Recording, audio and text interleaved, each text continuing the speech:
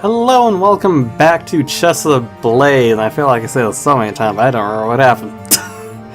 Partially due to certain reasons I won't bother getting into. Let's just say I haven't touched the game for maybe a while. Because I've been playing other things trying to get those done. Anyways, let's continue from where we left off and I'll probably remember. So I attempt to distract myself with such brooding thoughts, I decide to mull over the circumstances of the Duchess's death in my head. A glass of water was surely poisoned, but whomever brought it to her room? Wouldn't that mean the servants would be the prime suspects? After all, they're the ones in charge of such things. I did see Hazel earlier. Mind the fact that I can Arthur. Okay, maybe I could ask her a few questions. She probably won't lie to me. I hope so, anyway. I mean, she's just a little kid. I don't think she'd be good at lying. So rather than return to my room, I change course and head back towards the main hall instead. As I emerge onto the upper floor's balcony, I notice that there are relatively few guests around. Most are probably still outside at the festival or dallying around doing frivolous and noble things in their rooms. I think I fucked the whole thing up. Whatever. English, right? So I head down the stairs, trying to scan around for Hazel, or at least anyone who looks like they're a servant. Not sure that I'm gonna be too loud.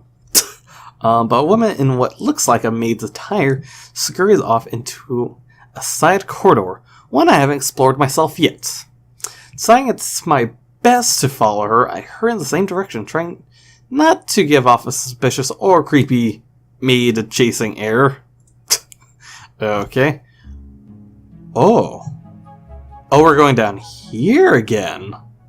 So when I enter the hall, its relative darkness is a stark contrast to the luxury of the guest room corridors. I'd wager the numerous side rooms are for storage, kitchens, and perhaps servants' quarters. It's hard not to feel a bit guilty when I compare the cold-looking chambers to the extravagant warmth of my own. As I head deeper into the hall, a pair of voices suddenly drifts into earshots, steadily growing closer. Oh, really? Where can he be? I wanted to ask him some questions about the masquerade. What a useless butler. Is that who I think it is? I can't remember her name. Miss Celeste? Maybe he's attending to some important matters. I don't think it's fair to be so mean. Wait, they're in the story? Is the kid still a bad guy in the story? Huh? Do I recognize both those voices? Yes, very much. The last playthrough, technically. But, sure enough, the two figures who appear from around the corner are ones I've seen before, and we both stop to stare at each other. Oh, it's Rivian. He's a nice boy I was telling you about earlier, Ali. Okay. What were you two talking about down here? Celeste is holding the hand of the young man I saw the other night. Blinks at me in surprise. I can't help but think he looks more like a prisoner than a willing companion. Or maybe a scared puppy being dragged along on a leash. Gosh, it's so hard to imagine him being a bad guy, but I mean, he plays it really well. I really just somehow hope he's not somehow the bad guy. I was not expecting to still have these two. Even though I guess you technically kind of meet them a little bit early on. I'm pretty sure there's like some characters we haven't met. Right, like that, God, or that other sort of detective guy. Gosh, I don't play this game well. I can't remember anyone's names. Also, it is like 12 p.m. It's midnight. Probably should be recording, but I mean, I kind of need to. Anyways, are they a couple, or are they just friends? Hard to tell. Whatever it is though, it seems a little one-sided. Fancy seeing you two here. What a coincidence, eh? It's almost like we're all trapped in this prison of a castle together. I guess. Oh, what a depressing thing to say. I think it's quite a lovely place. Alistair does too. Right, Ali? I suppose it's a little stuffy sometimes. Gosh, he seems so nervous. Looking very dubious about Celeste's cheerful statement, Alistair averts his eyes to one side, shuffling his weight from one foot to the other. That aside, what are you doing down here? These dark hallways don't strike me as the ideal date spot. I mean, it could be. Maybe, I don't know. Actually, we were looking for that butler, Silas. He's normally always around the main hall and very attentive, but now I can't find him at all. Celeste's words remind me of how Silas's mannerisms were markedly different this morning. Between his usual attire the other night and the way he's been acting today, the uncomfortable idea that he's somehow related to the affair with the Duchess starts to surface in my mind. I wonder if somehow maybe Silas, because I don't remember who the servant was, but I think it was the other, whoever the other servant was, because I remember we met a servant in the last playthrough where she was potentially could have been mistaken for the killer. But I wonder if it's Silas this time then, who might have accidentally partaken in this killing. Oh, by the way, did you happen to lose your room key? I found it lying in one of the chambers here. That's weird. Before I can reply, Celeste reaches in between her cleavage. Is she really storing things in there? Pulls out a small key. I mean, it's one of the secret hidden places women have to hide stuff. When she hands it over to me, my first instinct is to point out that I still have my key, but the one she gives me has a little tag attached to it, reading quite clearly, Varison. Quickly pat my pocket, but sure enough, the other key is still there. In that case, does that mean this is a copy? Maybe for the servants? I would imagine it would be. I saw the Inquisitor's key lying around too, but I don't really like him very much, so I just left it there. Well, okay. Sure, just have him keep looking around the Celeste. So my key and Linus's. If it's Linus's, we probably should take it, right? But that's odd. Why is there copies of ours? If that's not a bizarre coincidence, I don't know what is. Miss Celeste, I don't think he's down here. Maybe we should try later. Alistair pipes up nervously, interrupting my thoughts as he glances over at Celeste, who lets out a dramatic sigh. If Alistair is still the bad guy in all of this, if by somehow chance, I would imagine he's probably getting nervous, because he wasn't expecting us to find the keys. I guess you're right. There's probably someone else we can ask anyway. Why don't we go play in the gardens? I'm getting a little sick of the cramped indoors. Huh? Didn't you just say you liked the cast? My Rivian. See you around soon, I'm sure. What are you up to, Celeste? With that, Celeste happily skips past me, tugging a confused Alistair along with her. Right. Have fun. I feel like Celeste is up to something. Oh my god, if somehow Celeste is the bad guy instead of Alistair, oh my god, that'd be a surprise. That'd be a huge turn of events. So I watch rather sympathetically as the shapes grow smaller in the distance, eventually disappearing into another hall. The poor boy. I feel a bit guilty for dragging Linus around the festival now. Hope I wasn't being Celeste. I mean, the difference was I think Linus has enjoyed himself, compared to Alistair, who seems nervous as fuck. But I mean, that also could just be him playing his part in this whole charade. My thoughts, however, soon return to the key lying in my palm. Now that I think about it, I there was one matter that I never resolved. That was how the Duchess's jewels end up in my bedroom. That's right! Ooh, and so if Linnaeus' extra copy key is here, unless it's the original, something might occur with him then? So could this key be the missing link? Although, why was Linnaeus' key also lying around? This room wasn't broken into, at least not to my knowledge. Unless somehow there's something already in his room right now. So driven by a hunch that this matter is semi-related to our case, search around the surrounding hallways, peering into the various open doors in search of Linnaeus' key. Past a few servants on the way, but I do my best to ignore their questioning looks. I'm a man on a mission after all. Aha! Oh, so we got further back here, okay. Sure enough, I spot the glimmering thing on the floor, a few rooms away, and hurry inside to pick it up. After I stuff it in my pocket along with the other 2 keys, I glance around the room to see if there is anything else suspicious or unusual. But it just seems like a regular storage chamber to my disappointment. Still, I sense that these will be important later, to show them to Linnaeus. When he comes around from being all distant and withdrawn anyway. Hopefully that's a when and not an if. So with the reassuring feeling that I got something out of this otherwise fruitless search, I turn to my chambers as evening settles in. Spend a little bit of time relaxing, although when I try to indulge in the brief catnap, I only end up rolling around restlessly without being able to actually fall asleep.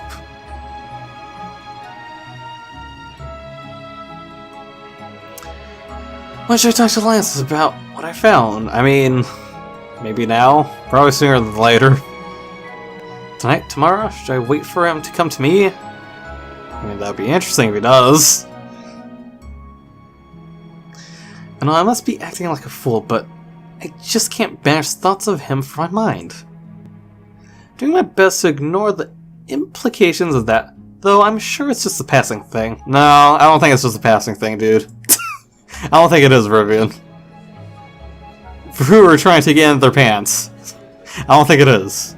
So driven by growling my stomach as the sky grows steadily darker, I leave my room and head down to the dining hall, hoping to catch a glimpse of a familiar face.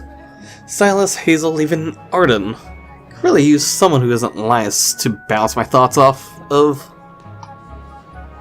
However, as I pull up an empty chair and start to pick at dinner, I spot anyone I know, which leaves me in an unpleasant pool of my own musings. Just trying to hold my arm right there. So normally I'd be immensely grateful to enjoy a peaceful meal, but right now, it's only serving to sour my own mood even further.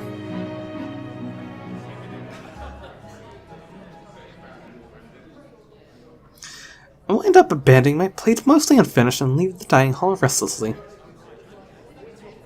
I wonder if I should hang around here to try and spot someone I know, but it's possible I'll just run into one of the several individuals I'd rather not see. Deciding to go out into the gardens and enjoy the night air instead, exit through the side door in the main hall, stepping out into the vibrant grass. It's a lovely evening and the moon glimmers down like a giant pearl as it ascends into the sky, surrounded by a multitude of stars. The loneliness keeps sticking around, which is a rare occurrence for a stalwart introvert like myself. Is it really odd? Is it really that odd for an introvert to have that feeling? Anyways, I suppose it's partially because it's such a pretty night, when it seems like you're supposed to share it with another person. What a disgusting and awfully romantic way of thinking. It's come over me. I used to be perfectly happy spending time by myself, not requiring the company of anything other than some books or a platter full of sweets. The past few years, I've only found the need for a couple of close friends. Even then, we mostly communicate through letters with an occasional visit now and then. I feel like that's how it's become with me and my friends. At this point, too. But now I'm a little weighted down with the sense that something is missing. I'd really rather not think about it. I'm sure the feeling will dissipate when I return back home anyway. Gaze up at the radiant sky as I stroll through the hedge maze, enjoying the charming mystique of guessing what's behind the next corner. Oh, are we like in the hedge maze or something? I would have loved playing games of Chaser here as a little boy. Even now, I'd probably enjoy quite a bit. Although I'm not sure who I'd play with. Linus, maybe? Somehow it seems like one of those things lovers would do. A mischievous pursuit, with the losing party getting captured and snared in the arms of their beloved. There I go again, like a lovesick maiden. Quietly admonishing myself for entertaining such ridiculous thoughts, I let out a sigh, shaking my head.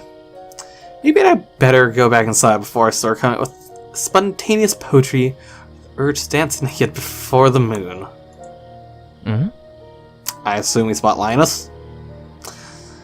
Something suddenly sparkles on the edge of my vision, catching my attention. When I glance over towards it, I notice a small object floating on the surface of a fountain nearby. Looks like it's made of glass? Approaching the fountain, I reach out to pick it up, examining it curiously. It seems to be a small bottle. Oh, is it the bottle that will contain the poison by chance? When I squint closely, I think I can make out some white granules resting, what the fuck am I talking about? Resting inside the remnants of whatever was being kept within. Why is something like this in the gardens, though? I could see it being dropped on the ground, but it's a bit strange for it to be in the fountain. Unless it was meant to be diluted, or just drained out into the water. There's a slight crack in it too, which makes me think it might have landed rather forcefully. You there? What are you doing with that? I don't know, we found it. A cold, aggressive voice suddenly cuts the air. Hey, guard. What are you doing around here? Not that I'm doing anything weird. So I whirl around to see an armored figure standing before me. Same difference, right? Helmet angled challengingly to one side. Is he referring to the bottle in my hand? No, the other hand. The other hand, Rivian. Do I look suspicious or something? I guess I'm the only one out here, and the guards are probably more alert after the murder. Nothing, sir. I just found this in the fountain and it caught my eye. Figured I'd see if anyone lost it. After my hasty attempt to diffuse the tension in the air, the guard takes a step towards me. Why do I get such a bad feeling from this man? Ooh, unless some of this guard is, the killer? Because if I remember correctly, because there was because there's the killer and then there's whoever the other person is that we find in the garden early on in the game. Unless it happens to be, Alistair. Again. Anyways, he's wearing official armor and it's probably just being curt because he's following orders. Or again, he's probably the killer. Or one of the killers. That's in this whole thing. But as he gets closer, I start to sense that something isn't right about him. My blood runs cold. Give that here. I'll turn it into the servants and have them notify the guests it was found. He shoves an open, gauntleted hand towards me, patiently indicating for me to give him the bottle. My gut feeling, however, makes me reflectively recoil, curling my fingers tightly around the tiny glass vessel. Well, what are you waiting for? Are you perhaps hiding something? Eh? Maybe you're hiding something, guard, because we don't trust you. The guard's tone quickly sharpens in an accusation, but I sense something that almost sounds like nervousness. Oh, maybe this guard was the one who dropped it, or threw it, I guess, onto the fountain. He's awfully interested in this bottle. Could it possibly be his? Hand it over now. Otherwise, I'll report you for suspicious behaviour, and neither of us wants that.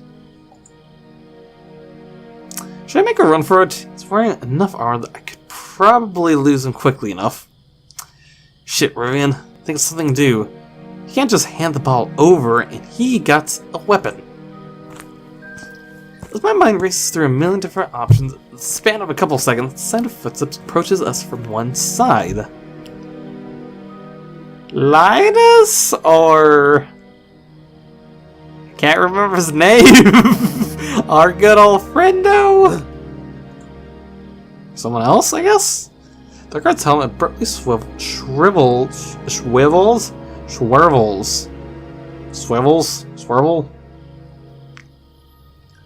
I forgot how you say the word. Swivels to face the newcomer. I took to seize the chance and dart away, but I recognized the tall, shadowed figure approaching us. My feet freezes in place. Now, what kind of unpleasant business is going on here? Hi, Guardsmen Raphael. aren't supposed to corner guests and treat them like criminals. Raphael, what are you doing here? In these parts of the castle, I guess. Or outside the castle, I guess. He scolds the armored man looming over me. To my relief, the guard takes a reluctant step back. Sir, I just found him alone out here, holding on to that. I've heard just about enough excuses. Go scurry back to the castle now, and let me have a word with this poor, adorable little thing. The Justicar motions with his cane for the man to leave, frowning at him slightly. Yes, sir. Well, I mean... could be worse. Someone else entirely definitely could have killed us. And hey... don't think I trust you entirely, Raphael. Despite clearly hesitating, probably sending me a vitriolic glare behind his helmet, the guard turns away, stalking off through the gardens in the direction of the castle. I let out a quiet sigh of relief, running my thumb over the glass bottle just to make sure it's still there. For now, I slip into my pocket, hoping to take a better look at it later. I'm really tired. Sorry for the yawning. So turning his focus exclusively onto me, Raphael reaches up to adjust his hat slightly, his bright eyes sparkling in the moonlight. He puts on a confident, dashing smirk, which somehow suits his theatrical aura. So uncouth, aren't they? Oh well, everyone's a little on edge with this awful murder business going on. I hope he didn't shake you up too much, my pretty friend. I mean, just little, maybe. No, I'm quite all Yes. right. I appreciate your intervention, though. He was giving off the air of an angry dog before it snaps. Rather unpleasant. The Justicar gives a sympathetic click of his tongue in response, shaking his head gently. Then, gesturing for me to follow him, turns on his heel towards the maze exit. Oh, we are in the hedge maze. Okay. Back into the normal gardens. Come, this way. There is something I'd like to tell you now that I have a moment to enjoy your company undisturbed. Oh, do you? What would that be, good sir? My curiosity is immediately piqued by his straightforward invitation.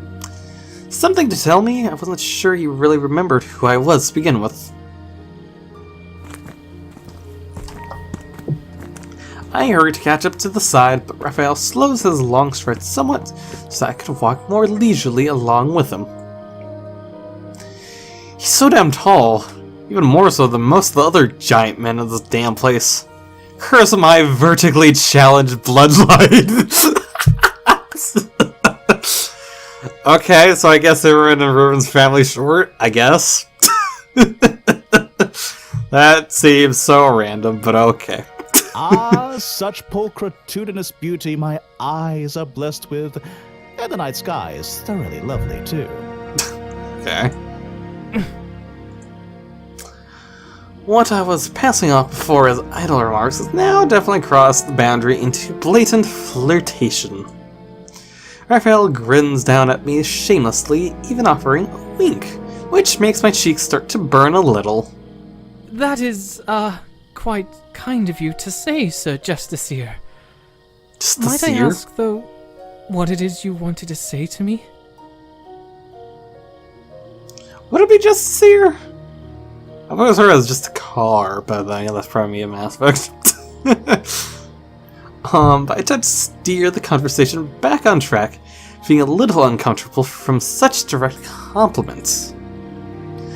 The Justiciar chuckles at me slightly flustered words.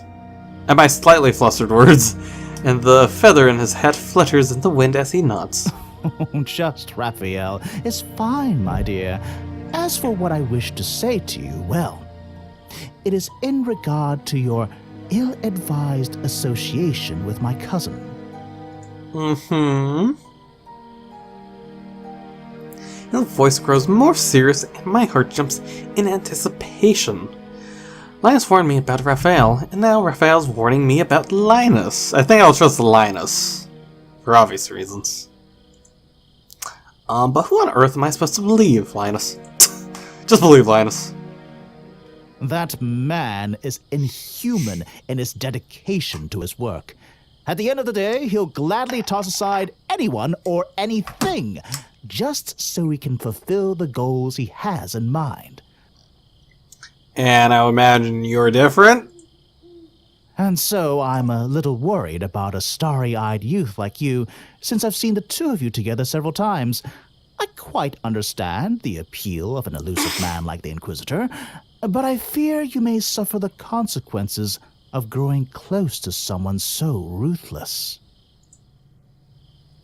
While my first instinct is to be suspicious of Raphael, his voice is surprisingly grave, and for some reason, I get the feeling that he's experienced something like what he's talking about firsthand. I mean, hopefully it's not,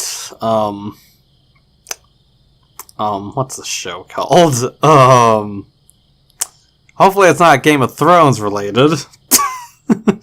But he sounds slightly bitter, but also sad somehow. I remember Linus saying how skilled he was at putting down people's defenses, but I can't help but wonder if there's truth in Raphael's words. Well, I did get a sense he loves his work more than anything. It's as if that's all he can think about. I just wish I could get him to see that there's more to life than one's duties. I mean, we've shown him a bit of it. I mean, I'm sure he'll come around. We'll be his work. So Raphael's lips twist into a faint, weary smile at that, and he gazes up at the sky with a gentle exhale. Ah, so did I, my little waif. Before his parents fled the kingdom, you'd be hard-pressed to find a sweeter, gentler boy than the same one we call Linnaeus. But oh, how he's changed. His parents abandoned him? What happened?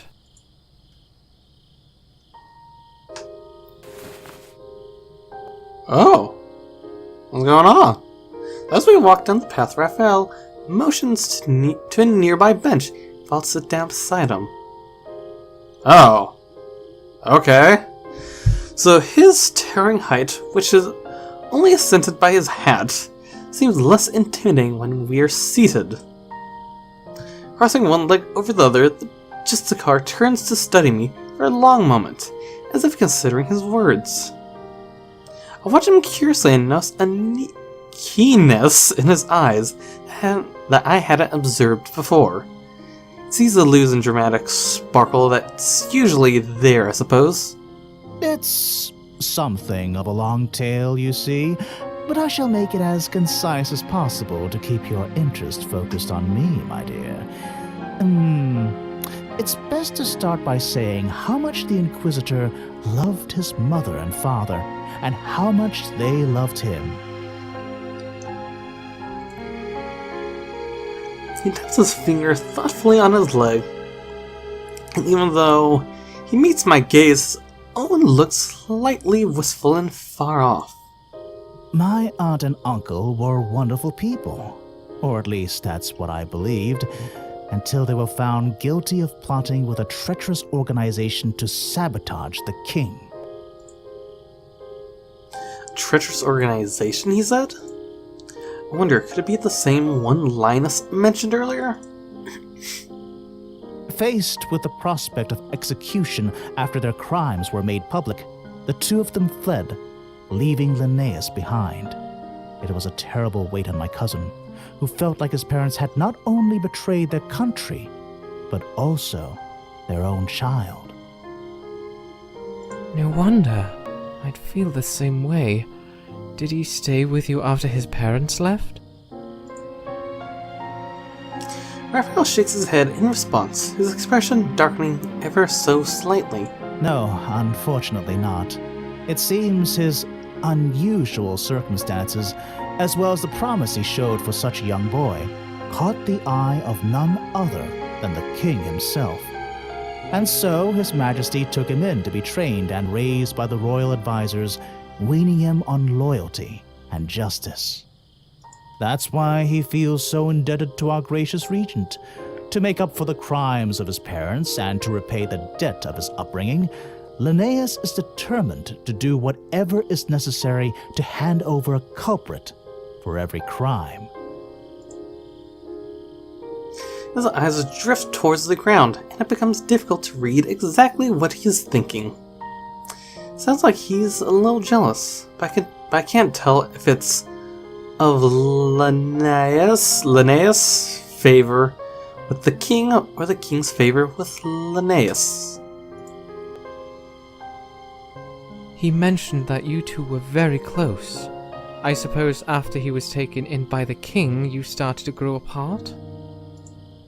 Indeed. I loved him dearly, more so than even my own siblings, but he's no longer the sweet cousin I once knew.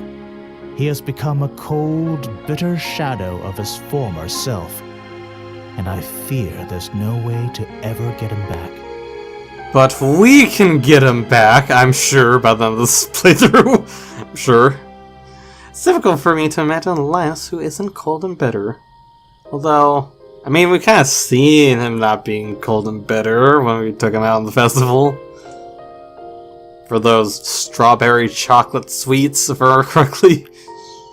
But I think I might have seen a glimmer of his former warm self when we were at the festival! Oh wow. I was around that. Okay. So I can understand the way he acts a little more, but I can't stop myself from wanting to break him out of that icy shell. And that's why I wish to warn you, so that your gentle heart isn't fractured in such a way as mine was. There are few things in life as cruel as spurned love, and often those scars never fully heal.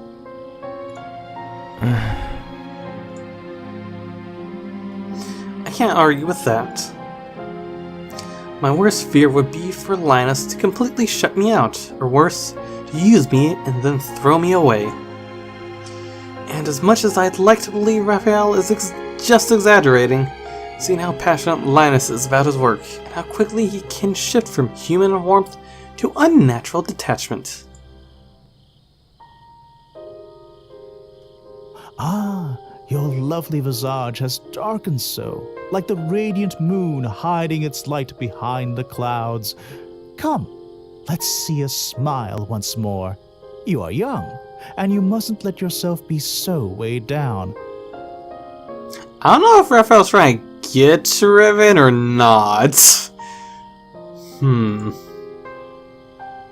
I press the fingertips under my chin to lift my face back up. A sly smile crossing his lips invitingly,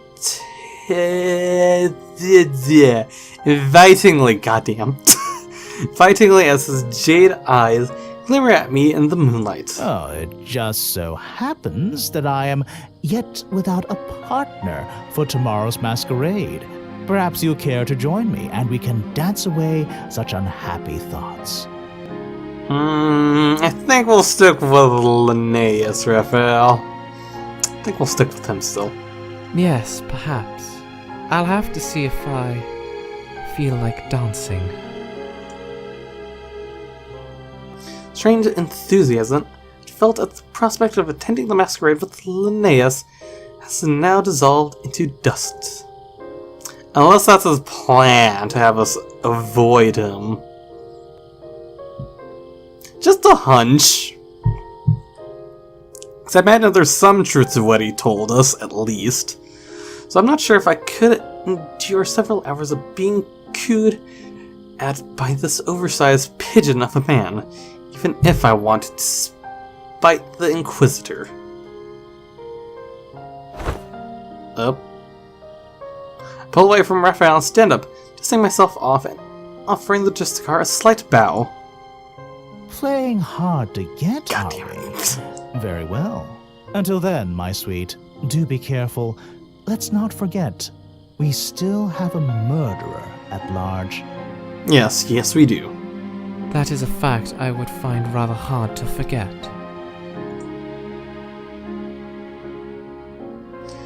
So he ends up following back to the castle, and as much as I try to disentangle myself from him, he sticks to my side rather persistently. Cause his tall damn legs. We reach the guest rooms as we pass by his own. Raphael insists on writing his room number on a piece of parchment so that I could come visit him before the masquerade. I wonder if I somehow get a choice in this, but I accept the scrap of paper rather dubiously, briefly glancing over his handwriting. It's flamboyant, full of swirls. I can make out the numbers, as well as an ornate "Come see me soon" drawn on the back. Let out a sigh of relief after Raphael finally lets me leave, and I hurry away before he can call out again. I return to my room, though, his words continually resurface in my mind.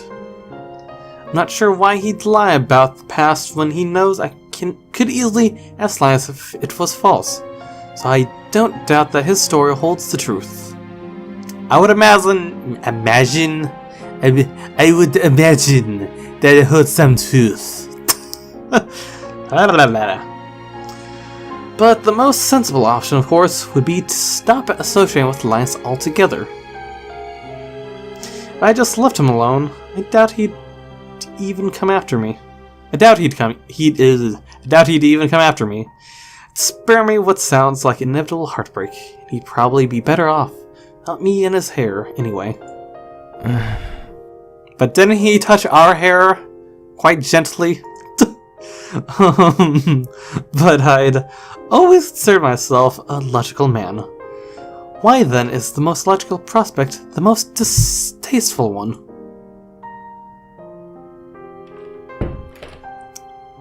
But before I continue, I think I've recorded long enough for this part. So, yeah, if you enjoyed this video, maybe go hit the like button. And if you want to see more, what's going to happen next, in this part of the playthrough, maybe go subscribe button to know if I have anything I do in general, really. If you got anything to say some comments below. And until then, I shall see you next time in the next video, where I'll probably sell fucking videos. Fucking words. Heh, I think that's proof enough. Anyways, till then, see you guys in the next video or stream. Comrades.